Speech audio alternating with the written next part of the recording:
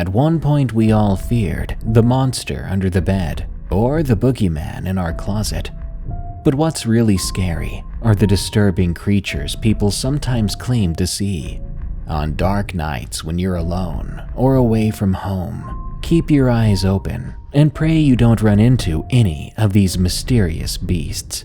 Enjoy these allegedly true stories of cryptid sightings, and be sure to send me your scary stories at darkstories.org. I'm looking for stories that happened in or near the Great Lakes. Now, let's begin. We barely got away. From Fearful 77. A few years back, I was playing football after school. I played receiver, and my friend played quarterback. Let's call my friend Tal. Tal and I were the perfect duo, and we're still friends today. Back then, Tal's dad would pick us up after practice about an hour after it ended, because of work conflicts. Tal and I didn't mind though. The coach understood our circumstances and let us stay on the field to just throw around until his dad showed up. Those were good times. I remember it was a cold evening in fall, and we had just finished a long practice. Everyone was gone except me and Tal. The sun had set, and it was a new moon night, so all we had for light were the lamps above that illuminated the field. We laughed, joking around, until we heard something hit the fence surrounding the field with such force it sounded like a bus had slammed into it. Our conversation froze. The fence line was just outside the lights, so we couldn't see it. All was quiet for a good few seconds. Suddenly, we heard my coach's voice from the darkness. "Come here, you two. I need your help with something."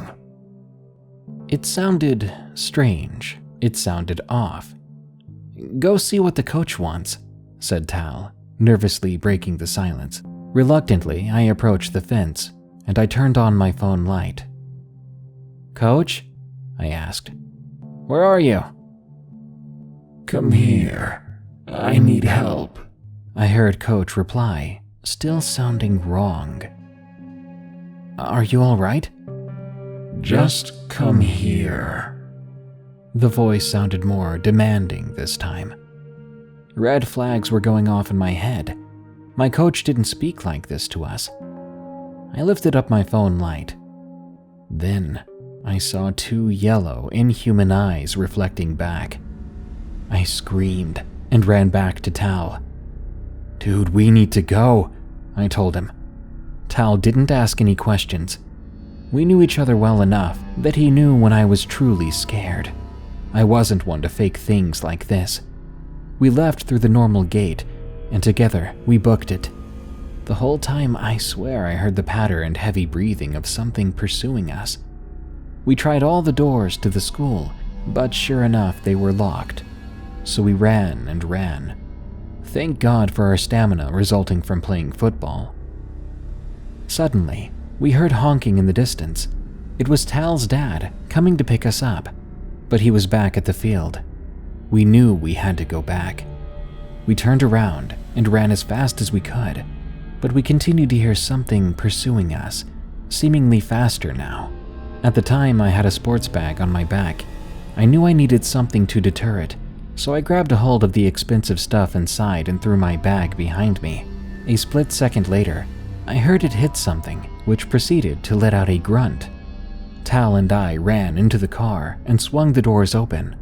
I threw my school backpack, a fistful of jersey, and my cleats into the back of the car. Tal practically screamed for his dad to drive, and he floored it out of there. I came back to the field the next day to find what was left of my bag sitting in the school parking lot. It had been torn to shreds. We went over to that fence to see the massive bend in it. It looked as if it had been hit by a car. I truly don't know what it was, but whatever it may have been, it sounded like it was coming for us, and its intentions were not good. Plus, it imitated our coach. We haven't seen or heard that thing since. Warning: The following story contains depictions of violence against pets. Timestamps are in the description. The Creature in the Ditch, from Lex.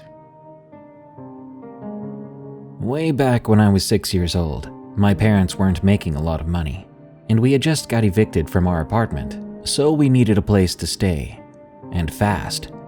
They ended up getting approved for a mobile home, but the thing was, we wouldn't know exactly where the mobile home would be placed until a week before we were able to start moving in. I have 4 siblings, 1 older sister, an older brother, and 2 younger brothers. Now, my parents are both deaf. My mother was born deaf, and my father became deaf from an illness he had when he was 12.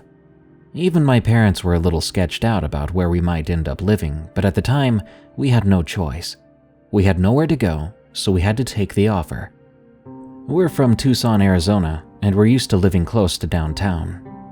We finally ended up moving into the mobile home, and we were moved into the outskirts of Tucson, almost what seemed to be the middle of nowhere. There was a trailer park about 5 miles away from us, but other than that, it was like we were in the middle of nowhere. Ours was one of the first mobile homes moved into the area, and what the city was planning for the area was a mobile home neighborhood. At the time, there weren't even streetlights posted up, so when the sun came down, it was so dark out, all you could see was the moon and stars. It all reminded me of living in that house from Courage the Cowardly Dog. My siblings and I used to joke around about how if you were outside past dark, some monster or creature would take you, and no one would ever find you. Anyway, there was a wash or a huge ditch just about 50 to 75 feet away from our home. My older brother, Daniel, and I used to go and explore down there. He was 8 years old back then. Our first week there, my brother and I were doing some exploring down in the ditch when we came across a dead cat that looked like it was mauled by another animal of some kind. He made jokes about how it must have been out past dark, and that this could happen to us if we were caught out here too. But things got weirder when the further down the ditch we went, the more dead animals we'd find, all in a similar condition to the cat. More cats, dogs, rabbits. We once found a dog without a head, and its body had huge chunks taken out of it. We had a cat of our own, and he was an outside cat, but after seeing all these animals in the condition they were in, we decided we wouldn't let her outside. The cat's name was Ava. This discovery was within the first 2 weeks of living there. It was during summer break, so we would do nothing but explore the area to keep ourselves entertained. We had no video games and no cable to watch on TV because we were poor at the time. Daniel and I told our older sister about what we found out in the ditch. She, being the oldest, told us to stay out of the ditch, and we did. 4 weeks later, another mobile home was moved out about 500 feet away from ours. Along with it was a new kid named Nathan who lived there with his parents. He was my age. I was stoked that another kid was around and we became good friends. One day we were at Nathan's house playing Grand Theft Auto 3 on his PS2, and we were getting bored. My brother brought up how when we first moved in, we would find dead animals in the ditch eaten by something. We wondered if there was a mountain lion nearby. But we were in Tucson, so we assumed there wouldn't be mountain lions out here. Nathan was obsessed with needing to know what was eating these animals. A couple of weeks went by after that, and Ava went missing. Since my sister demanded we stay out of the ditch, we never went looking for the cat there. There were a few other mobile homes being placed in the area by then, so there were openings that led inside of the homes. And since they weren't finished being built, they looked almost like old abandoned homes, when really they were just not finished. Even though we knew we weren't allowed to go in them, we would play hide and seek and tag and things like that around them and in them. One day we were having a sleepover at Nathan's house, just playing video games. I remember that night like it was yesterday. We were playing GTA Vice City, and we were getting bored again. So Nathan came up with an idea that we should grab a few of his dad's flashlights and go into the ditch to search for Ava. My brother and I were a bit skeptical, because what if we ran into what's eating the animals in the ditch? But Nathan was so set on going, he said he was going with or without us. We weren't about to let him go alone, so we said screw it, let's go. We grabbed some flashlights and headed for the ditch. Soon as we got there, we were already creeped out, mostly because of how dark it was. Not to mention we had to keep an eye out for snakes. It was 11 p.m. as we searched through the ditch. We got into the middle of it, scared, huddled close together. Every stray noise we heard made us jump. At one point, we heard a scuffle almost as if our flashlights and footsteps spooked something like a cat or dog, maybe a rabbit. Whatever the case, we knew there were animals sneaking around too. Then, we began hearing grunting noises. Dogs or cats didn't make that kind of noise. We began to approach a nearby underpass, and the grunting noises continued, almost like it was following us. We couldn't be sure if we were getting closer to it or not. It was so dark. We kept on sneaking, trying to keep quiet. Then we stopped. We began to hear footsteps. Something was walking around out here, and it sounded like it was on 2 legs. Another person, perhaps. We looked at each other to make sure it wasn't our own footsteps we were hearing, but no, there was someone out here with us. We got even more scared then. We all agreed then we needed to leave the ditch. I remember thinking, sorry Ava, we have to go. So we started to slowly walk out, hearing that grunting still. Then suddenly, Nathan gave the signal to stop. He told us to turn off the lights. We listened. Did you hear that? Nathan asked us. My brother and I looked at each other. Then we heard it too, about 10 to 15 feet away from us. The grunting, except now it was accompanied by a tearing sound. We were terrified. Nathan never turned off his flashlight. Instead, he just covered it up. At that point, he uncovered it and began to look around a bush. We watched as he froze. We knew then he found something. My brother and I slowly walked up next to him, and when we saw it, we froze too. What we saw that night is something that to this day, no one has ever believed us about. What we saw there in that ditch was a creature of some sort. It had hooves. It seemed to be tall too, 7 or 8 feet, and it was eating something, either a cat or a rabbit. Luckily, it wasn't Ava. I don't know what my brother was thinking, but he pointed his flashlight directly at it.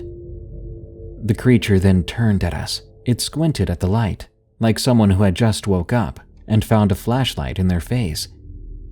It looked back at us, then bellowed this horrific screech.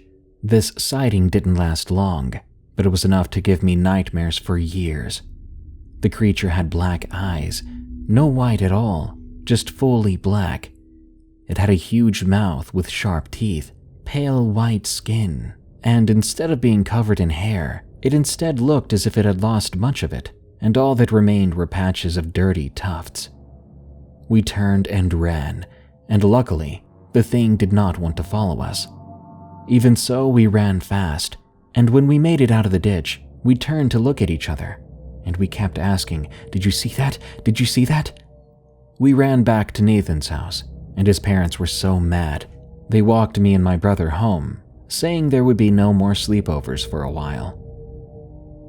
My brother was so scared by this event that he no longer talks about it with me.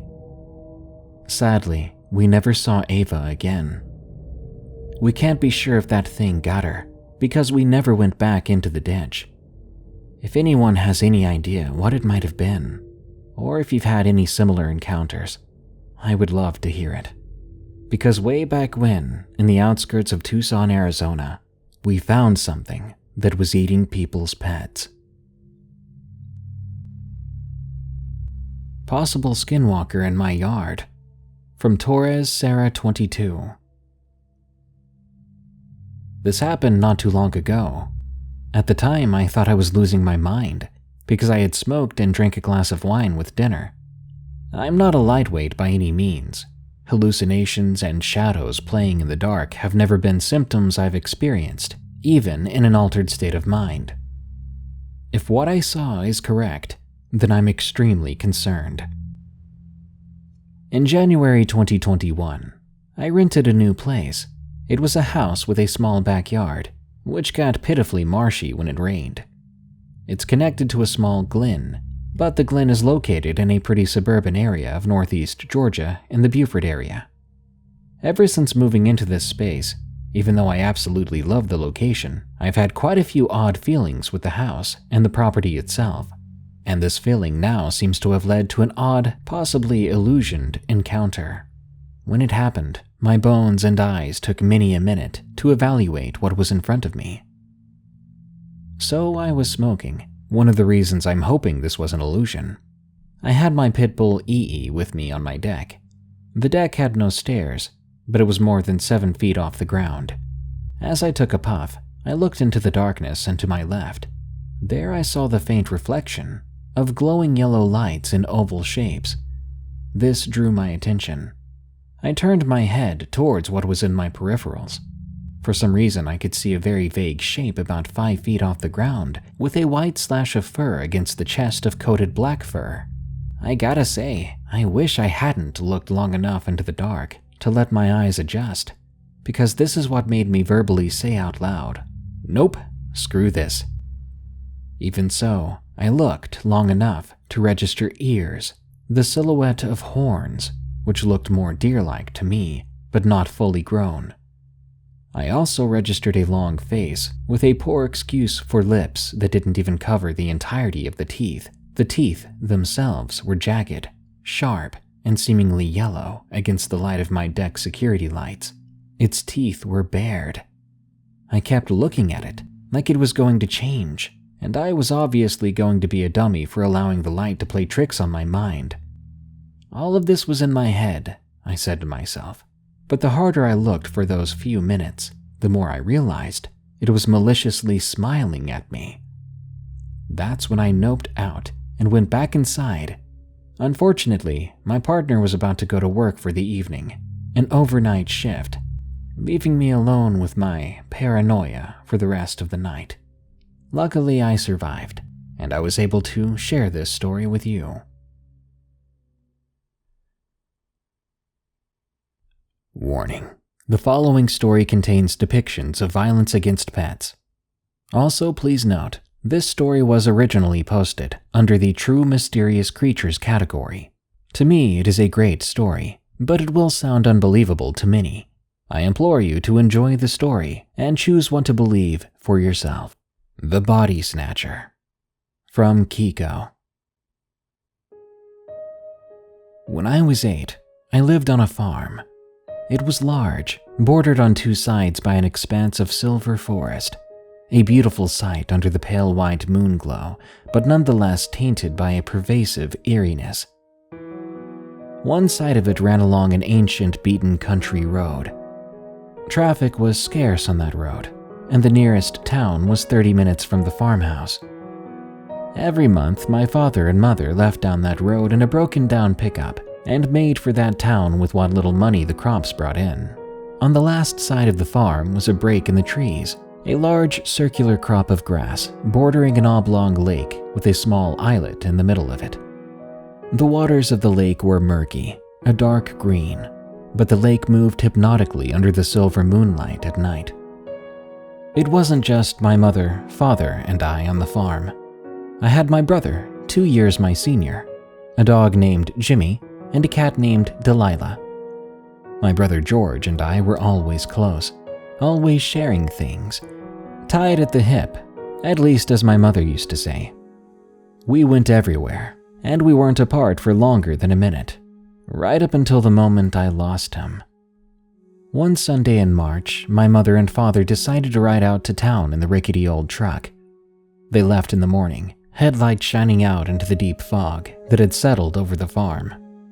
My brother and I were alone that afternoon, watching television on the scratched and dusty tube TV in the kitchen, mindlessly eating cornflakes while Jimmy paced in the background. Then came the question. "Mom and Dad shouldn't be back until this evening, right?" George asked, almost apprehensively, his gaze never leaving the Sunday morning cartoons. I nodded. It was true that my parents had told us they were going into town for the day, to see a rerun of their favorite movie and to have a nice dinner, a luxury we didn't have on the farm. George went on. "We should..." A pause.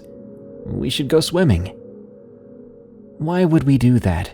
You know we'd get in big trouble if Mom and Dad found out. Plus, it's dangerous. The water's deep and it's too foggy," I replied. Our one infallible rule on the farm was that the lake was strictly off limits. "It's too deep, you'll hurt yourself," my parents repeated like a mantra. But I'd never needed it because the lake unnerved me, and it always had. They've been saying that since we were little kids, but we're bigger now, much bigger. Come on, dude, it'll just be for a little bit, and we'll stay in the shallows. George was right. We were bigger. George himself was 5'6" now, and the captain of the local basketball team. More importantly, I trusted George as my older brother. I agreed, apprehensively. A ball had formed in the pit of my stomach by the time we got to the lake. The two of us were dressed in the nice swimsuits my mother had bought us in town the year before. I could feel that nasty, writhing ball of guilt, nausea, and fear. I approached the lake tentatively at first. My brother not so much. "Watch this!" he yelled, sprinting for the greenish water.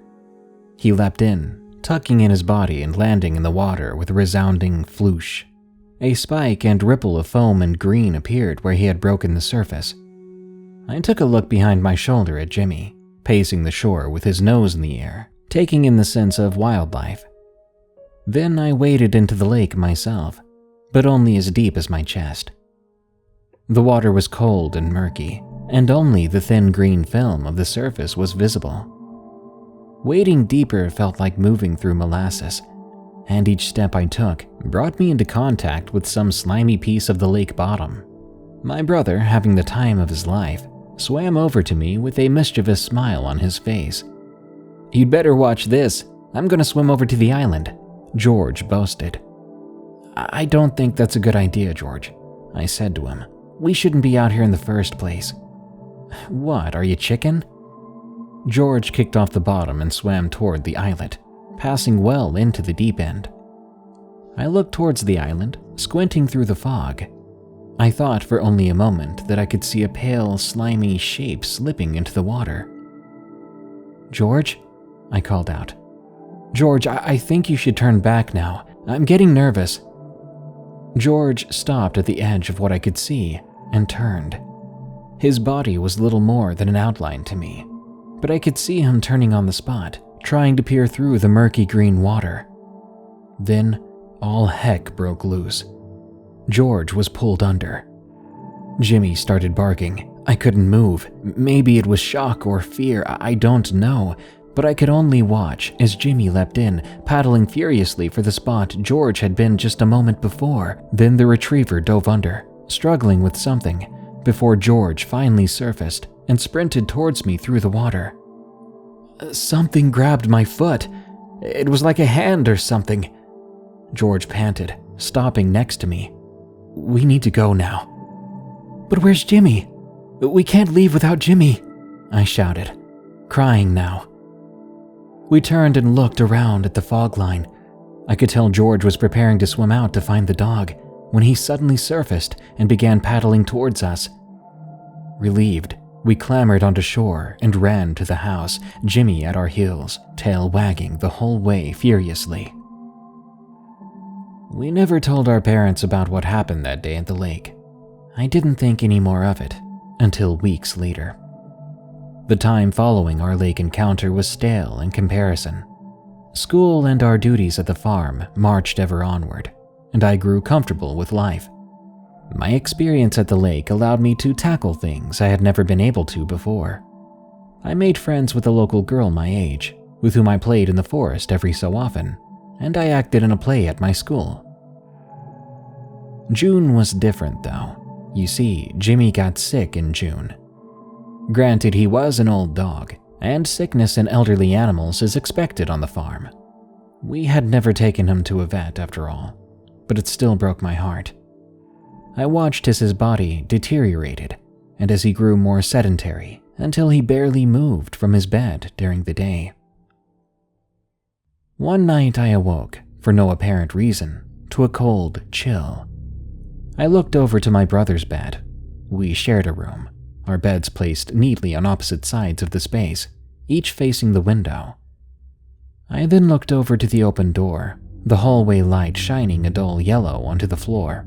I slipped out from underneath my covers and ambled to the opening to investigate. At the end of the hallway was a door to the outside, one of many that led to different parts of the property. This door hung open, a slight breeze pushing through it, moving my hair. Through the door, I could see the silver lake rippling hypnotically under the wind's influence. Suddenly, I heard a noise from behind me. Scrape, scrape, slop. Scrape, scrape, slop. I ducked around the corner and turned, peering into the hall. Jimmy came from the other end, dragging himself with his front paws, his claws leaving deep indents on the old wood. He stopped in the doorway and turned to face the room. I could see his body rippling, contorting under his mass of muddy brown, soaking wet fur. He stayed in the doorway for a moment, peering into the darkness as a puddle spread around him, and he then began dragging himself once more, venturing into the room. I followed behind him, right up to the door, watching him weave through toys and clothes discarded about the floor. Then he stopped at the base of my brother's bed and did something I wish I'd never seen. Jimmy writhed at the foot of George's bed, letting out soft whimpers and groans. His bones cracked and his fur bulged around his scruff. Then it stopped. Jimmy's mouth opened wider than it should have been able to, his jaw cracking and crumpling, and a thin, bony hand protruded from it, fingernails digging into the soft carpet. The rest of the thing emerged from my dog, covered in his blood. Underneath, I could tell the thing was pale white, its skin covered in a slimy mucus, and it was tall. Standing at full height, it had to bend its neck to avoid hitting the ceiling as it towered over my brother. Slowly, with a sharp cracking sound every time it moved, it descended towards my brother, grasping his throat. The creature squeezed and squeezed, my brother writhing under its grip. I began to cry softly from my corner of the doorway, and the thing heard me. Its head snapped around to look at the door, and I moved back into the hallway, slamming my back into the wall with a thud and covering my mouth, daring not even to breathe. I heard the dull cracking as the thing stepped through the room and watched as its head protruded from the entrance of the room, its head facing the wrong direction to see me. It stepped back inside and finished its nasty work, choking my brother violently, until finally, after some long minutes, it pried open his mouth and stepped inside. I watched what had been my brother's body framed against the moonlight as it snapped, contorted, then went still. My brother rose from the bed and looked to the door, where I sat trembling with fear. His neck snapped to the window, and he leapt through it, breaking the glass. I stood and walked into the room, cutting my feet on the broken glass, watching as my brother sprinted on all fours into the forest. My parents ran into the room, demanding to know what had happened, but all I could do at the moment was mutter, "It took him, and Jimmy, they're gone." And he was. They both were. I would never get my Jimmy back, and nobody would see George again. The police investigation concluded that an intruder had come through the back door, killed Jimmy, who had tried to stop him, and took my brother. I was left alone. I tried to explain what had really happened to the detectives, but my account was reduced to an overactive imagination in reaction to trauma. I went through therapy for 11 years. I was diagnosed with PTSD, and I'm no closer to the truth than I ever was. But here's my message to you. Listen to your parents. No rule is worth breaking. And be afraid of what lies in the deepest lakes, the darkest forests, and inside your own home. My brother, or whatever had him, is still out there, stalking through the undergrowth, hungry for its next victim, and I feel that it will keep taking victims as long as there are bodies to satisfy its hunger. Lock your doors, bar your windows, be afraid of the Body Snatcher. The Thing in the Window, from Colin S. This story may be short, but it's one of the scariest things I've witnessed, and it's the reason I believe in the paranormal. My room is in the back of my house and has 2 windows that look out at my neighbor's house and the woods across the street. There's a small part of the roof that is directly under the window. We live in the back of the neighborhood, so there are no streetlights on this part of the road. The road itself loops around and sends you back to the front, and it's surrounded by woods. That night, I was lying in bed, trying to sleep, but as I was having trouble, I began to stare out that very window I just told you about. It usually took me a while to get to bed, but that night was different. I looked at my alarm clock. It read 12:30 a.m., much later than my usual 9 o'clock bedtime. I stared out into the dark woods, lit only partially by the full moon above. Eventually, I was able to fall into a light sleep. I was awakened when I heard a scratching at my window. My eyes opened slowly. I glanced at my alarm clock again. This time it read 1:40 a.m. As I began to fully wake up, I noticed the scratching had stopped. I looked around my room until my eyes fell on the window. What I saw is the reason I no longer open my window and always close my blinds. A bright orange set of eyes stared at me through the window. The moon sat behind the clouds, so I couldn't see much of anything else. I strained my eyes to see whatever sat perched on the small portion of the roof under my window. As I watched back in confusion, wondering if I was dreaming, the moon came out from behind the clouds. What it illuminated was the scariest thing I have ever seen. Pale skin stretched over a tall, bony body. It looked like something straight from a nightmare. The thing stared at me with its glowing orange eyes as I stared back, horrified. It was crouching down, but if it was standing up, it probably would have been around 7 feet tall. It had a hand up against the glass, and its fingers, its fingers, they were so long and bony. It seemed to study me with curiosity. The moment it realized I was watching it, its lips stretched back into a huge Joker-like smile. The other hand seemed to make a waving motion at me. I was too scared to move. As it looked at me smiling and waving, I must have passed out from the fear. When I opened my eyes again, the sun was up, and I questioned if it was just a dream. But it couldn't have been. The fear I felt was too real. Even to this day, I still think it wasn't a dream. I've had many experiences since then with the paranormal, but this is still my scariest experience. Whatever I saw that night, it had some sort of human-like intelligence and seemed very interested in me. I'm not sure what it was, and I do hope I never see it again. That brings us to the end of this episode of Darkness Prevails.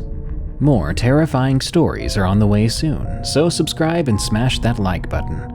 By the way, did you know this show is available as a podcast called Unexplained Encounters? Just search for, follow, and rate Unexplained Encounters on Spotify, Apple Podcasts, or your favorite podcast app. This show is part of the EerieCast network. Go to EerieCast.com for more scary podcasts, such as Freaky Folklore, which explores your favorite monsters, myths, and mysteries, as well as Redwood Bureau, a fictional horror podcast about an agent on the run from an evil secret organization that captures supernatural creatures and entities. Well, thanks for tuning in. Stay safe out there and stay creepy, because this world is a strange one.